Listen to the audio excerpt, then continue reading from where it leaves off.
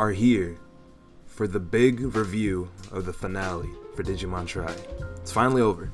It's been a very long time. This movie series started in 2015. Now it's 2018. We're done. But forget all that. We're here to talk about the movie, so let's just talk about the movie. So obviously, if you watch Try when it normally releases and don't wait for DVDs or go see it in theaters, when the episodes drop, they drop in episodes. It doesn't come out as a whole movie. It's chopped up. So usually they're 4 episodes each, but this movie, the finale, and the third movie as well, are the longest movies, so they're cut up into 5 parts, and that was to be expected, I expected this movie to be a little longer to end things, and that's basically what it did. But the first episode of the movie was, the first half of it was more or less recap from what happened in the last movie, in case you forgot, because it's been 7 months?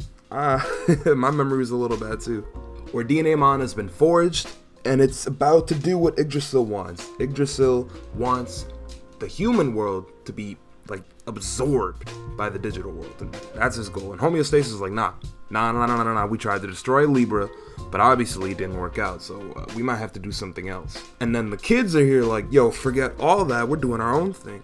But back to the movie. The kids are just sitting there still in shock that, what happened to Daigo and Taichi. They're gone. They don't know where they are, but they're like, okay, there's a giant portal in the sky showing all the Digimon in the real world going crazy. We gotta do something. And then a distortion appears relatively in front of them. They're like, oh, we could use that as a portal to get back and try to do something. So they do that. They start walking towards a portal that'll take them back to the real world. Obviously, all the kids are hurt relatively that Taichi's gone, even though they didn't really show it in the last movie, but I guess it was kind of a shock factor.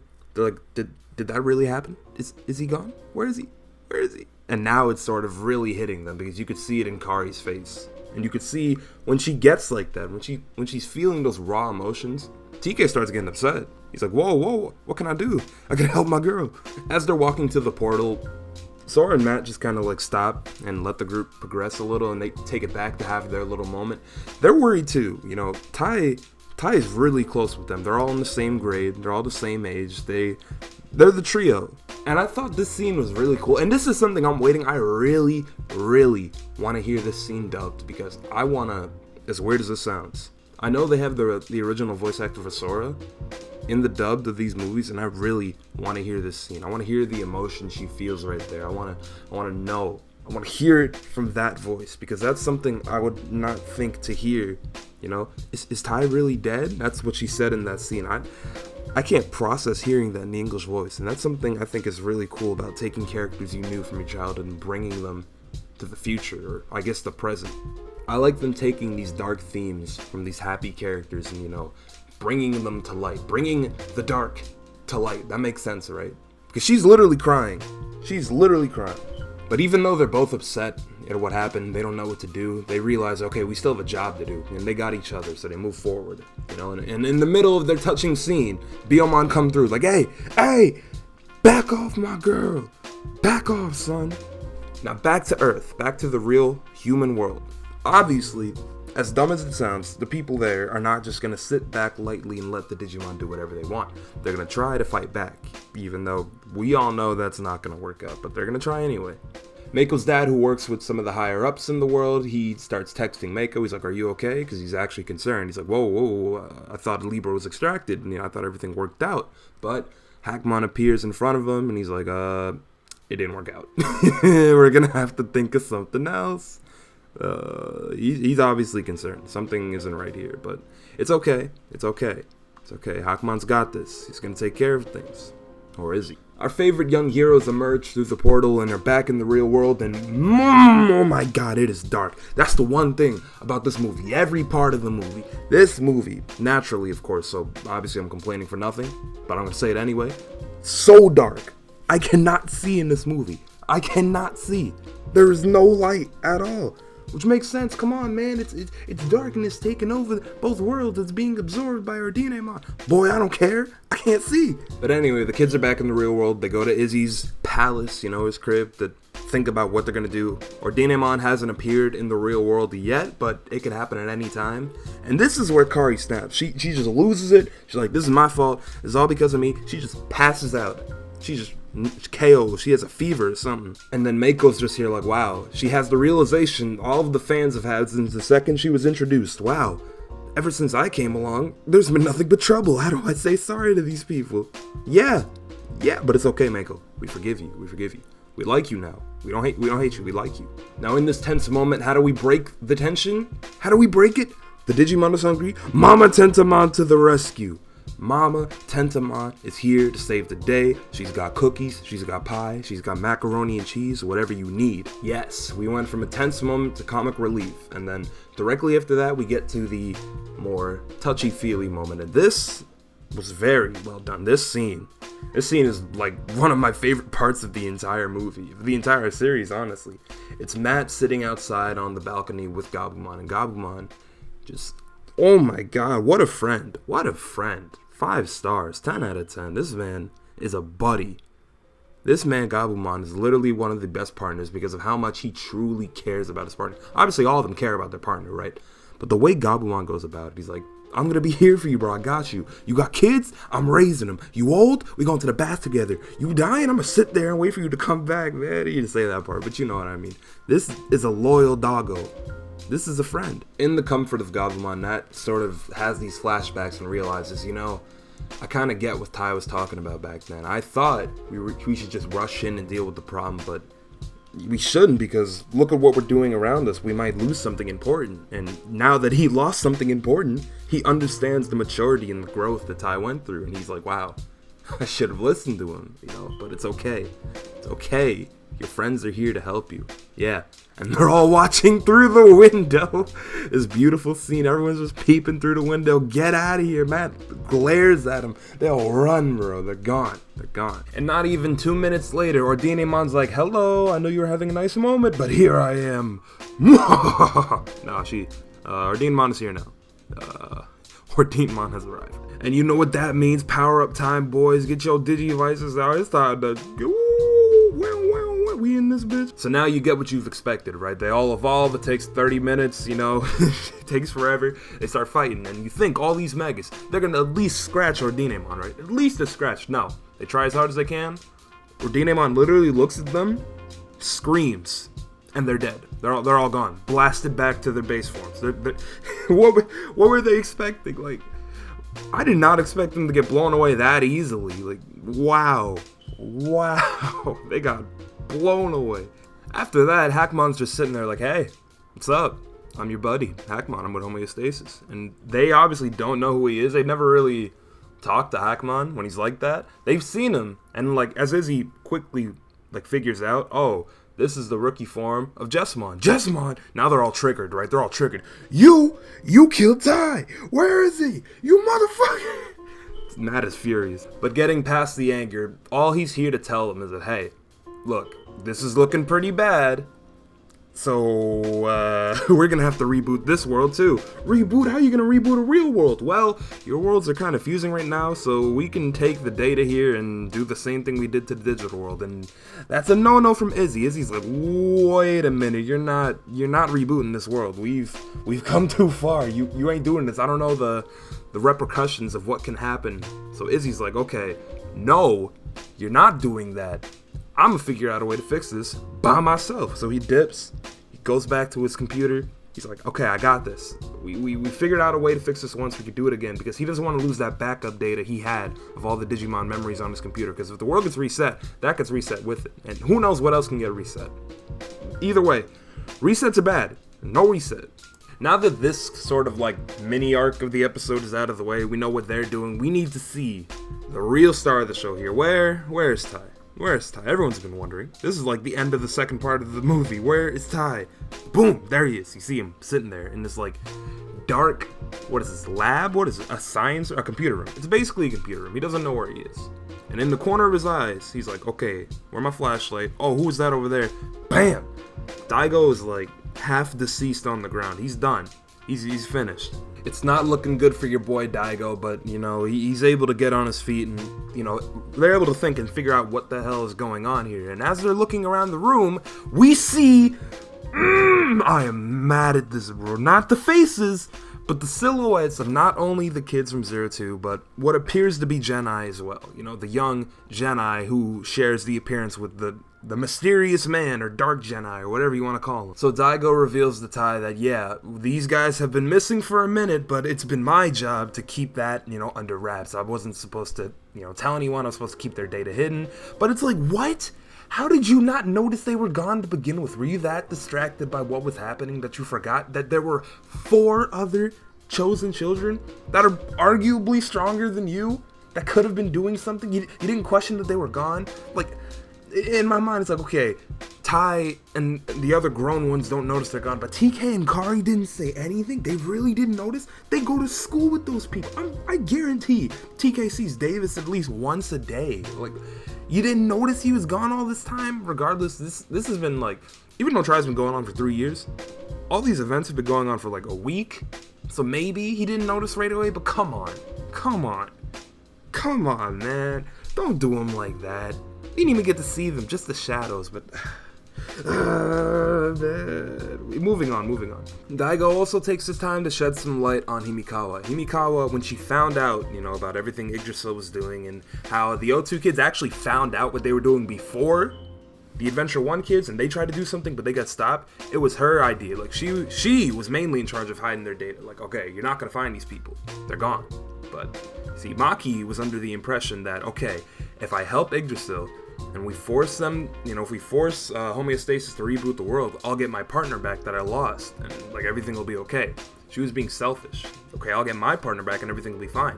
The reboot happened, she found her partner didn't remember jack shit, and she lost her mind, and that shows, like, her true ways come out. She's crooked. She's literally crooked, and this is another thing that I didn't think was true from part 5, but it turns out to be true. Maki's really dead. Like, when she got dragged under the water like that, she was gone. I thought, like, she just got transformed into something, but no, she's really dead. And, like, man, rip Maki. That's just a sign of how things can go wrong, you know? Just don't be consumed by these things. You gotta move on with life. You have to move on, because if you keep holding on to the past, the darkness is going to consume you. Why don't people realize this? Anyway, Dark Gen-I, or the mysterious man, whatever you want to call this man, I'm just gonna call him Dark Gen-I, walks in, he's like, hey, what you doing? This is my secret lab. Oh, you want to get out of here? Well. The courteous Yggdrasil has provided a way to get out. See, all you gotta do is send these 6 pods back to the real world and they'll be fine. But oh wait, 5 of them are already filled. There's only 1 empty one, and there are 2 of you. What you gonna do, humans? What you gonna do? So, the most predictable thing happens, you know. We all saw this coming. Daigo's half deceased. What is he gonna do anymore? He has no purpose. He's done everything he could. He tricks Tai into going into one of the pods, and he sends him back to the real world. That's all he can do. Daigo is left in the explosion of the factory, because once those pods are sent, the factory's done. Daigo did his job. Daigo is the GOAT, unsung hero of Tri, R.I.P. Now, I assume all of the original Digi-Destined, or at least the ones we know of, they're all dead. They're gone. Now we have this new generation of chosen children here to save the world. Can they do it? Let's find out. This next scene right here is what I would like to call some bullshit, right? Izzy calls Matt. He's like, hey, remember those people that were missing? Well, they were found, and they're in the hospital now. But more importantly, someone in the digital world saved them. What? Nick, oh, whoa. So you knew they were gone? And you didn't question it at all till now? What? How did you know they were missing? How did you know? Because Izzy said specifically, oh, the missing kids who were trapped in the digital world. How did you know they were trapped in the digital world? Oh, they were saved by someone in the digital world, but I don't know too many details. If you don't know too many details, how did you know they were trapped in the digital world? I don't get it. This is why you can't do movie format for stuff like this, man. Because I swear they didn't have time to explain this as much as they wanted to. That pisses me off. Whatever. Next. Speaking of O2 kids, well, TK and Kari have been chilling in this like little bedside area in Izzy's apartment room thing, condo, I don't know. They've been chilling because Kari's sick. She needed to lay down for a bit. TK's with her. She's still insane. She's like, wow, I did all this, is my fault. I want to disappear too. I can't believe it. And Tika's like, stop. Let me grab you real quick. Grab her by the shoulders. Calm down. It's okay. Stop putting all the burden on your shoulders. It's okay. We're doing this together. And Padamon's like, go in, Tika. I ain't looking. You do your thing, bro. You do your thing. It's funny. It's pretty funny. In the middle of their tender moment, they hear like a rumbling outside, so they go out and rush and see what it is. And it's a bunch of Digimon coming out of portals, you know. We gotta fight the evil thing. So Tika's like, all right, Padamon, time to evolve. Angemon comes out and they're fighting. They are fighting. Then Holy Angemon comes out, or Magna Angemon, you know, translations. We use both around here. He comes out and starts fighting. Then Dark Jedi pops up. He's like, hey, what's up, guys? Oh, look who it is. It's the little girl who brought our dreams to reality. You birthed this creature. You did it all by yourself. Now I need all of you deleted. He summons this enhanced version of Devimon. He's like, hey, I'm gonna beat your ass. So we get the rematch, the run back, Angemon versus Devimon, or Magna Angemon versus enhanced Devimon, and it's pretty cool, but yeah, I don't know. It was a nice throwback. Kari, she can't handle this, man. She's having a meltdown. She just screams, stop it, and everything stops.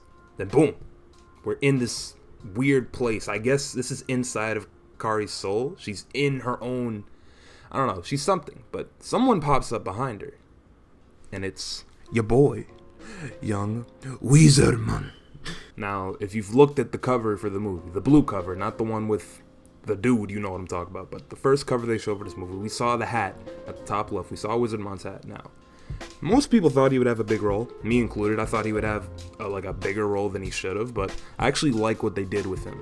They didn't give him too much because obviously his chapter is closed. He's done. His story's done. He's deceased. He's in whatever Digimon purgatory, right? But I liked how they just showed him here, walking towards the light, guiding Kari, and that's all he did, and I like that. Short, sweet, to the point.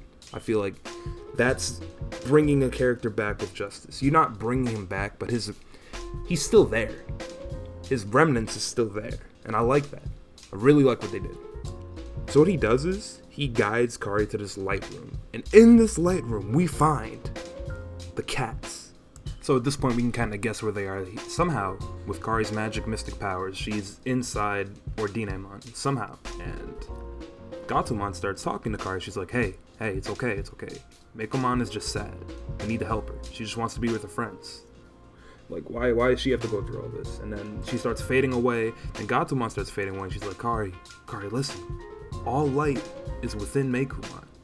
What does that mean? We don't know for now, but we'll get back to that.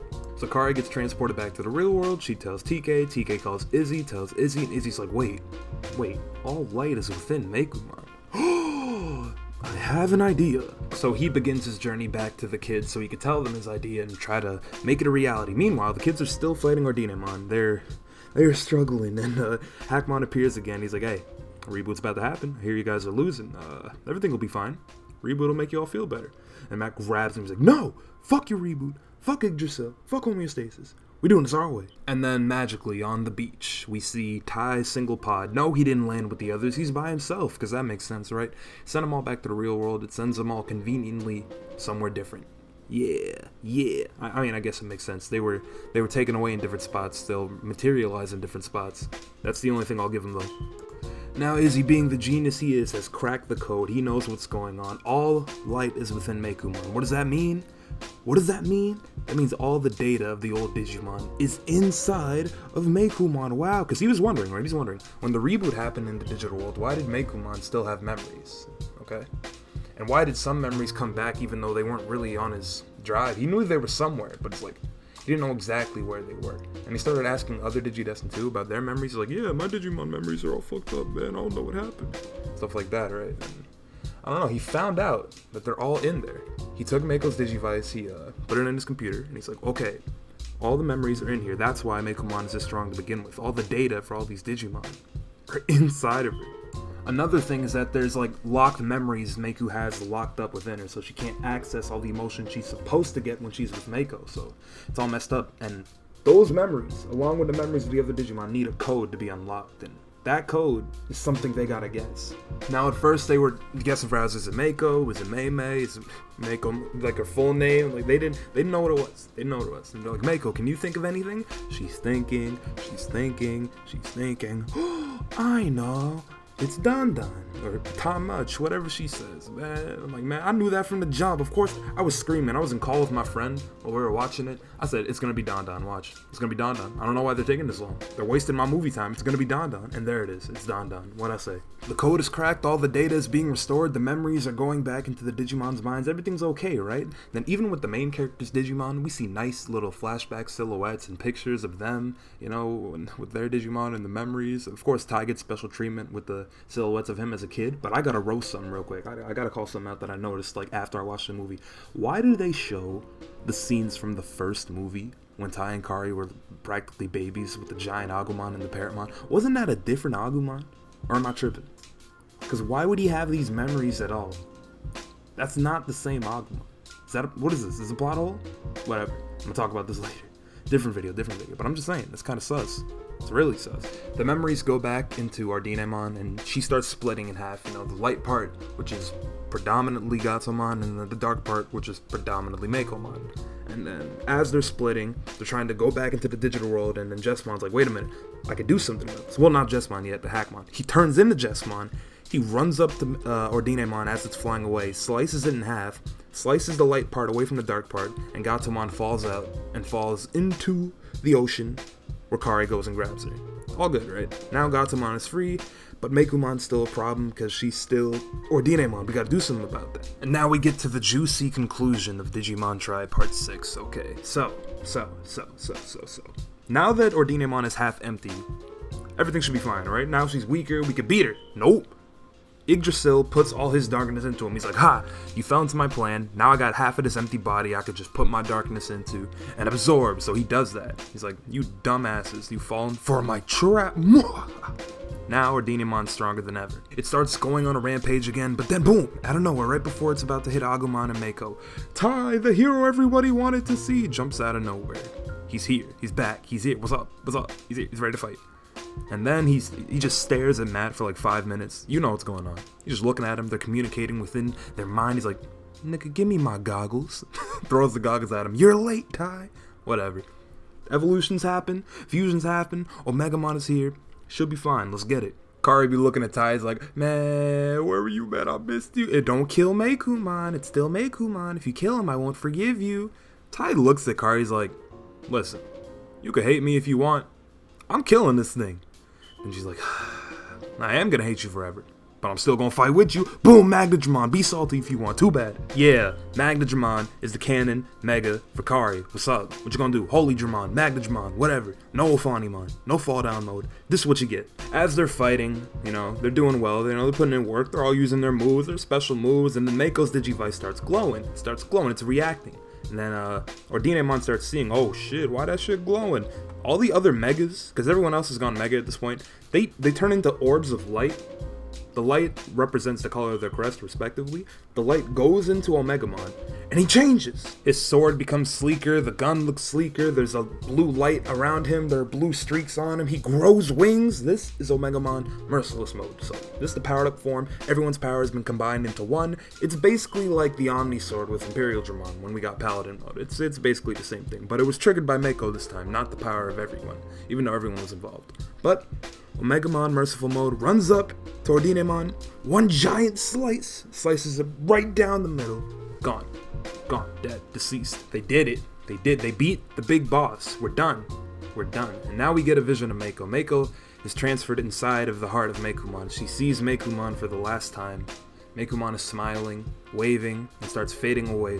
Meiko is smiling too. She's keeping strong, saying goodbye to her friend. But the second all of Meicoomon is gone, the second all of it vanishes, she breaks down in tears. She's crying, she's bawling. And that's understandable. That's where I really felt the emotion. I'm like, okay, she's being strong, she's holding in the tears, even though she starts bawling, but she's still keeping a smile on her face. But the second Meicoomon vanishes, she breaks down. It was actually really sad.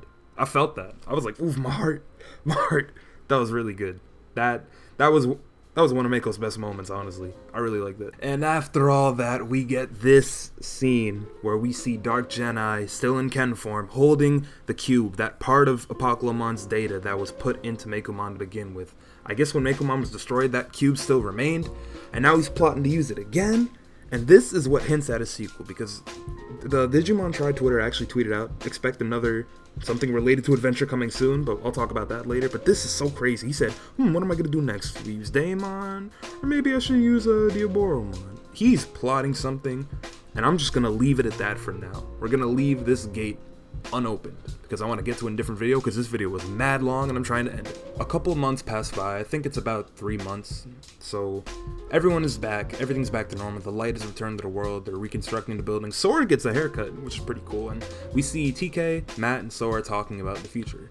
They're talking like, okay, hey, Tai finally found out what he's gonna do with his life. He found his career, and as we know from the O2 ending, Tai becomes like a big philanthropist or something like that. I don't even remember, to be honest, but what I do remember is Matt became an astronaut, and in this scene he says, maybe I'll shoot for space then. So O2 ending still canon, haha, for those who think it's not. Everyone's together, it's Christmas, but Meiko has moved back to her home, and now they're all together. Tai calls Meiko, he's blushing, man. He's like, so you get that gift? It's a really touching moment. Meiko starts crying, yeah, I got it, and don't forget, we all miss you, we'll always be together. You don't have to be with someone all the time to know you have a bond. All you gotta do is think about them every now and then. You'll know that bond exists, and I think that's a good message I get from this movie. I don't know, man. I kind of like this movie, but I also really didn't like this movie. It's like, how do I describe it? It's in the middle of a scale. Like, if I had to rate this movie, I give it like a 5 out of 10. Not saying it's bad, but more in the regard as like, I liked just as much as I disliked in this movie. But let me know what you guys thought of the movie, because I'm sure you guys got paragraphs to tell me. Some of you, I know you hated this movie. Some of you, I know you really liked this movie. So go ahead and debate. I'll be watching. I'll try to make more videos. I'll try to do something like every other day, because I have some ideas that I'm planning, but I don't want to put it all out at once, because then I'll burn out and I'll stop. But if there's something specific you want to see, just let me know. But with that, that's all I got. I really enjoyed this movie. Like I said, 5 out of 10. It didn't really live up to the hype I expected for the ending of Tri, but it got the job done, and I'm okay with it. Go ahead and sub to your boy if you want more Digimon videos, because you know I'll be dropping the hottest Digimon videos on the planet. But that's it. Thank you so much for watching. Goodbye.